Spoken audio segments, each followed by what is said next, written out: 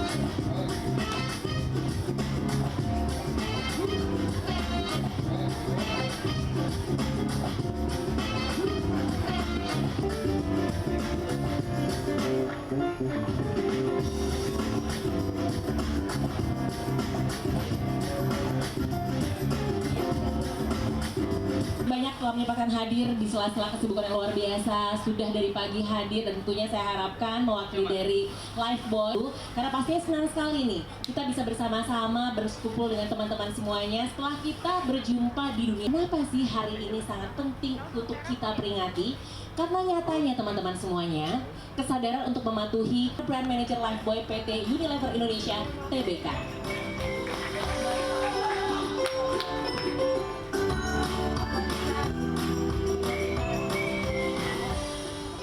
Selanjutnya kami undang juga Miss untuk bersama-sama hadir dengan kita.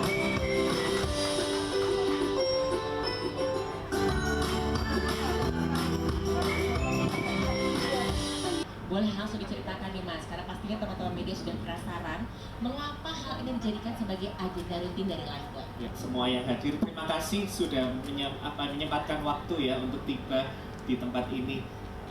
Pertama-tama memang Lifeboy sebagai sabun kesehatan nomor 1 di dunia, kita mempunyai tujuan atau setiap brand mempunyai purpose untuk menjadi sahabat keluarga, untuk membantu orang tua supaya anak nggak mudah sakit dan melindungi. Ini sebuah kampanye yang kita peringati setiap tanggal 15 Oktober, yaitu Hari Cuci Tangan Sedunia.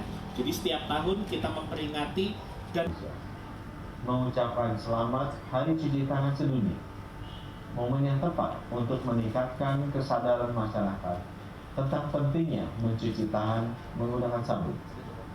Terlebih di tengah pandemi COVID-19, kebiasaan cuci tangan pakai sabun telah terbukti menjadi perilaku sederhana yang basis masyarakat.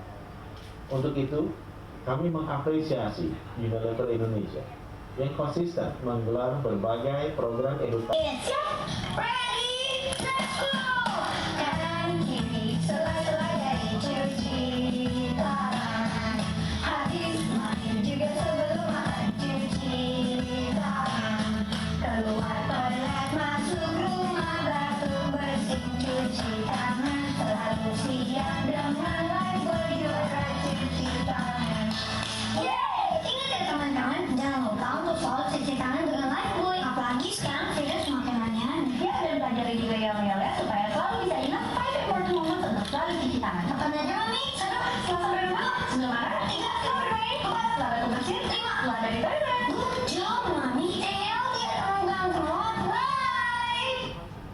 Wow, boleh berikan tepuk tangan untuk lah.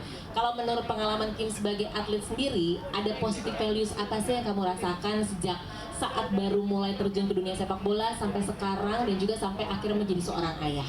Betul. Tadi udah dibilang benar itu. Disiplin dan juga teamwork itu benar-benar dua hal yang sangat-sangat penting di sepak bola. Yang benar-benar diterapkan di Jerman adalah disiplin. Mulai dari disiplin tepat waktu, disiplin menjalani tugas, dan juga tentunya anak-anak. Bahkan dengan adanya yel-yel ini menambah ya Ray, jadi ya itu kan harapannya sih semoga ya tercapai. Aku bahagia banget, aku senang banget kerja sama dengan Lifeboy dengan visi yang sama gitu supaya semua anak bisa jadi juara. Lingkungan sepermainannya dulu lah ya. Oke, kita mulai dari circle yang paling kecil kayak gitu ya. Boleh berikan tepuk tangan untuk Syarina Delon dan juga informasikan akan ada doorstop interview dengan para pembicara kita sekitar 10 sampai 15.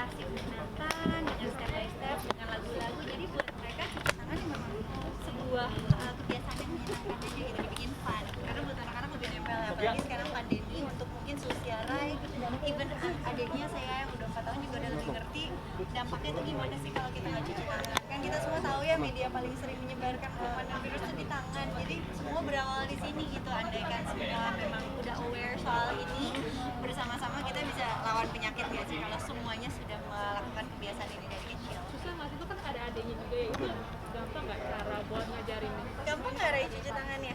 Gampang. Udah kebiasaan sih Ada ya. reward gitu nggak, misalnya dia disiplin atau Kalau cuci tangan mereka nggak pakai reward ya, jadi kayak adiknya juga kayak aku, jadi kalau habis megang apa, kadang-kadang dia nggak mau megang apa-apa, no tangan aku kotor, aku belum cuci tangan. Jadi mungkin mereka di bawah sadar udah terinvent ya, kalau aku habis megang something aku harus cuci tangan. Sebelum makan juga, oh my god aku belum cuci tangan. Jadi mereka saling ingat dan saling mengingatkan ya, karena itu udah jadi habit.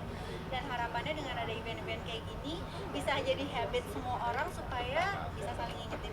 Berarti habit itu ditanamkan sejak anak-anak benar-benar masih kecil banget. Iya, ya karena dari sebelum pandemi juga kan sebenarnya itu emang basic ya. Sebenarnya di SD juga dikasih tahu kan harus cuci tangan sebelum makan. Cuman kalau tidak dijadikan habit dan hanya sebagai sebuah perintah, mungkin kalau untuk anak-anak yang otaknya masih berkembang suka lupa gitu. Jadi andaikan itu udah jadi habit ya, mungkin di Raya saya ya mereka akan saling ingetin sih. Itu akan jadi hal yang biasa, bukan jadi kayak kewajiban gitu. Kalau peran ayahnya sendiri gimana nih buat ngajarin cara cuci tangan? Karena pasti ada dong peran dari ayahnya Reza juga. Betul, sebenarnya ya kita satu tim ya, sekali lagi nih kayak teamwork. Sama kayak kita lagi di pandemi ini, kita teamwork gimana sih caranya kita ngalahin virus ini gitu loh, gimana cara kita menghentikan penyebarannya. Jadi dimulai dari satuan yang terkecil yaitu di rumah. Jadi kita juga saling ingetin, suami aku juga sering ingetin aku, sering ingetin anak-anak juga, terutama adiknya ya, saya lebih cerewet ke bapak, dia udah cuci tangan belum? Itu sering sekali terdengar di rumah kita. Anaknya ngingetin ya? Iya, lebih sering ke anaknya ke bapaknya sih yang udah kalau aku perhatiin. Gitu, sekali lagi kalau suami aku mungkin dari kecil kan awareness ya, jadi itu butuh dibiasakan, playtime itu akan melekat. Tapi itu intensitas untuk mencuci tangan kayak seberapa sering sih kayak dikit-dikit cuci tangan? Sering nggak Ray cuci tangan kita di rumah? Sering. Sering banget karena ya selain 5 momen penting itu ya, sebelum makan, habis main, habis beraktivitas, habis batuk bersin, apalagi Ray satu lagi urutannya papalan kamu tadi, pokoknya itu aja ditambah momen-momen sebelum makan aja kita udah ada breakfast, lunch, dinner, snack time, itu udah 5 kali mutlak harus cuci tangan. Abis dari toilet, bayangkan berapa kali ke toilet sehari. Jadi memang ya sering banget, harus sering memang, apalagi anak-anak yang mungkin kita orang dewasa lebih bisa jaga ya, lebih nggak terlalu megang-megang. Kalau anak-anak kan sering banget ya, penasaran dengan benda-benda apapun mereka explore, mereka pegang. Dan mereka juga untungnya udah lebih sadar soal itu sih. Jadi sebelum ngapain ya cuci tangan lagi. Terus kalau keluar gimana nih kalau aktivitas di luar, takut nggak sih apa-apa cuci tangan? Udah terbiasa juga ya, apalagi udah di era harus kemana-mana bawa hand sanitizer. Itu pun aku selalu menjelaskan ke anak-anakku, hand sanitizer itu buat matiin kuman, tapi bukan ngilangin kotor ya. Jadi itu hanya buat emergency kalau kita nggak ketemu wastafel, buat ganjelan sih kalau aku bilangnya. Kita ganjel hand sanitizer, tapi when kita ketemu wastafel kita semua cuci tangan. Jadi mereka juga udah biasa sih. Sarena, selain kebiasaan cuci tangan, ada nggak kebiasaan lain lagi yang benar-benar dari kecil ditanamkan ke anak-anak? Apa yang bisa di-sharing? Kebiasaan baik selain cuci tangan, Bisa olahraga mungkin atau gimana? apa? Kebiasaan yang biasanya mami ajarin ke Raya masih ada di kecil, ya mereka cukup aktif sih ya. Kita suka olahraga rutin bareng, mereka punya activity yang masing-masing. Kayak Raya sekarang main juga bola. main bola, Ada ini. kayak Raya main bola sekarang, tapi juga sering olahraga di rumah. Jadi ya kayak gitu-gitu nggak dijadikan sebagai sebuah tugas, jadi udah kembali lagi sebagai sebuah habit ya. Harapannya sih pas mereka makin besar, mereka juga merasa itu udah jadi kayak lifestyle mereka ya. Olahraga Sarina sendiri apa berarti? Kalau aku di rumah nge-gym sih ya. Nge-gym, kalau dia bola, suamiku juga nge-gym. Walau tidak kotak-kotak, tapi kita stay aktif. Ada target untuk mengecilkan berat badan. Lebih pengen, ya sebenarnya kalau misalnya mengencang dan menurunkan itu bonus ya. Aku sekarang cuma pengen sehat aja nih. Berasa ya by age, dan kita banyak di rumah. Kayaknya tuh beberapa hari nggak olahraga, stamina-nya langsung lemes bawaannya. Jadi kayak emang udah badannya nggak enak gitu kalau nggak gerak. Dan kayaknya ya kalau anak-anak gak usah ditanya ya, mereka emang nggak enak kalau nggak gerak ya, lebih kebalik ya. Lebih pasti selalu aktif. Lebih healthy food nggak sih Kak? Healthy food ya, tapi kita balance kok. Aku sebenarnya strict banget juga enggak. Cuman mereka tahu mana yang healthy, mana yang unhealthy gitu. Sebagai orang tua mungkin membatasi juga nggak sih untuk anak bermain gadget, Kak? Iya, ada jam-jamnya, Raya juga udah tahu ada jam-jamnya, ada time-nya, ada Tapi kadang aku curang. iya, waktu ada waktu bonus kayak itu mungkin ya reward. Oh nggak ngapain hari ini, terus aku tadi ini did good and this and that, aku boleh nambah nggak gadgetnya? Ya of course, apalagi sekarang kita kayaknya nggak bisa escape anak, nggak bisa menjaga mereka menahan untuk tidak terekspos dengan itu semua. Kayak Raya sukanya jadi apa? Coding? Hah? Mau jadi apa? Coding? Game. Mau jadi gamers gitu, dia udah bikin app, jadi nggak mungkin juga aku memblok aksesnya dia kan gitu. Cuman lebih mikirin kayak oke, berarti kalau screen time-nya nambah, dia harus harus pakai apa gadgetan? Harus pakai apa? Kacamata. Ya, kacamata anti radiasi, ya meminimalisir lah ya itunya. Tapi menurutku banyak kok hal positif yang bisa didapetin dari dia.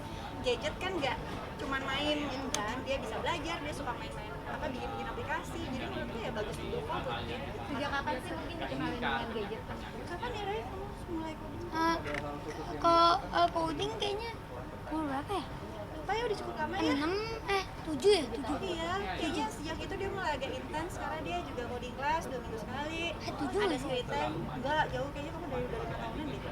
Enggak, Maksudnya dari umur 5 tahun. Ada diikutin kelas juga ya berarti? Iya, dari coba iseng-iseng trial, tapi ternyata dia suka. Dan namanya anak kecil suka bosenan ya. Ada beberapa activity yang comes and goes, kayak dulu dia mau les gitar, sekarang dia nggak mau les gitar, bosan. Tapi ya kita bebasin aja, yang penting selama kita masih bisa masih bisa bantu fasilitasi. Ya oke, nah sekarang dia juga lagi suka banget bola, emang lagi Jadi imbang ya lagi bola. football kelas banget. Iya, Kak, ngomong lagi tentang cuci tangan lagi nih, balik lagi kan, ini kan banyak orang yang seperti yang kita mungkin dari Kak Sherina itu udah habit atau seperti apa sih Kak, atau banget artinya udah banyak seksual atau keterkaitan atau ada dampak dari OCD atau seperti apa gitu? Jadi aku tuh emang sebelum pandemi, zamannya kalau sekarang kan kalau ke mana-mana ke tempat umum udah mulai lihat ya orang-orang nyemprot meja. Kita tuh udah melakukan itu jauh dari sebelum pandemi. Jadi senengnya aku sekarang aku berasa nggak aneh sendiri. Dan selalu terjadi loh, mau di tempat sebagus apapun kita semprot meja, kita lap selalu hitam. Jadi kadang-kadang kita membiarkan orang di restoran bekerja, padahal kan sebenarnya kita boleh double check kan, apalagi kalau kita udah punya anak yang kadang nggak bisa tuh diem di atas meja, megang bawah meja, terus megang makanan. Jadi daripada aku stres gitu pas proses makannya, aku prefer untuk bersihin semuanya. Jadi kalau mereka gerak-gerak sambil makan, aku nggak panem. Dan yes, aku udah sampai memeriksakan ini loh. Karena buat aku udah kayaknya mencapai titik yang udah agak di atas rata-rata normal gitu. Dan dulu terapisnya kakakku sih sempat ngomongin soal ini dan gimana caranya untuk lebih mungkin levelnya nggak terlalu gila soal ini. Tapi sekali lagi aku in my defense, aku seneng banget sih kalau kebiasaan gila bersih-bersih ini nurun ke anak-anakku gitu.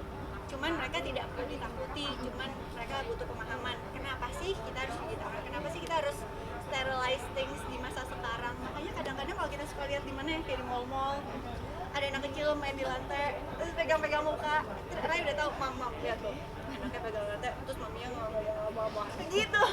Dia pun udah tahu aku bereaksi sama hal-hal seperti itu. Oh my god gitu, panik. Apalagi kalau anaknya udah mulai masukin tangan ke mulut, aku oh no, udah nggak bisa lihat gitu. Dan itu aku balikin ke dia. Kamu bisa relate nggak, Ray? Banyak banget orang kayak gitu, setelah pegang lantai, pernah mainan tempat sampah ya, Ray, gitu sih? Mainan tempat sampah, pegang-pegangan eskalator, pegang-pegangan lift, kebayang nggak sih jumlah kuman yang tertransfer dari tangan? Ya kayak gitu-gitu deh, jadi ya itu nakutin sih ya jatuhnya. Lumayan teror ya dia tangan aku. Cuman ya ngerti kenapa sih kita harus sering-sering cuci tangan, karena kita nggak akan berhenti. Misalnya dia bilang, udah kok tadi cuci tangan, tapi habis cuci tangan kamu udah pegang eskalator, penjatan lift, nambah lagi dong kumannya. Jadi ya sebelum makan ya daripada kita makan tuh kuman ya kita cuci tangan. Ya ada pemahamannya lah di balik itu. Tapi gak bersih-bersih ini udah diatur untuk OCD atau belum sih? Enggak kok, belum. Enggak kok, aman. Dan kalau untuk OCD bersih-bersih aku masih, kayaknya aku akan mengembrace itu deh. Karena itu termasuk Aku akan mencintai keosidian itu, aku tidak resented, aku terima dengan lapang dada dan aku suka gitu. Aku emang seneng ya, kayaknya tuh kayak bersih-bersih menurutku menyenangkan. Udah lepek semua ya kita di sini udah. terus rutinitas. Thank you bro. Ya, rutinitas yang kan harus cuci tangan nih. Ngaruh nggak sih ke kesehatan jadi jarang sakit gitu anak-anak? Menurutku, aku nggak bisa ngebandingin sama orang-orang ya, tapi menurutku mereka berdua cukup kebal sih ya.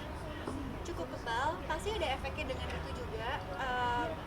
Hitungannya sangat aktif, sering banget berenang, sering banget keluar-keluar, sering banget angin-anginan. Tapi ya kuncinya itu, selama daya tahan tubuhnya terjaga dan mereka nggak iseng masukin kuman ke mulut, itu akan meminimalisir frekuensi mereka amit-amit sakit.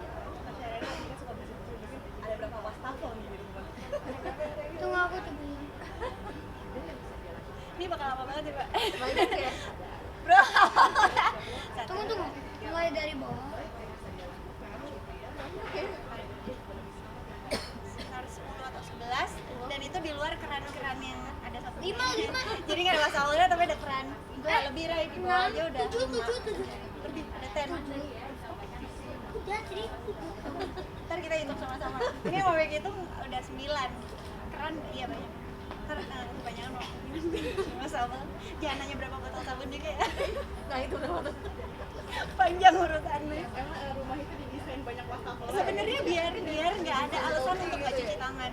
Karena setiap ada tamu, setiap ada apa, kita kan dengan politely bilang, ada masalah sebelah situ ya. Oh jauh, oh nggak apa-apa, ada lagi sebelah sini. Oh mau di dalam, ada 3 juga soal di dalam gitu. Jadi gimana caranya politely mereka nggak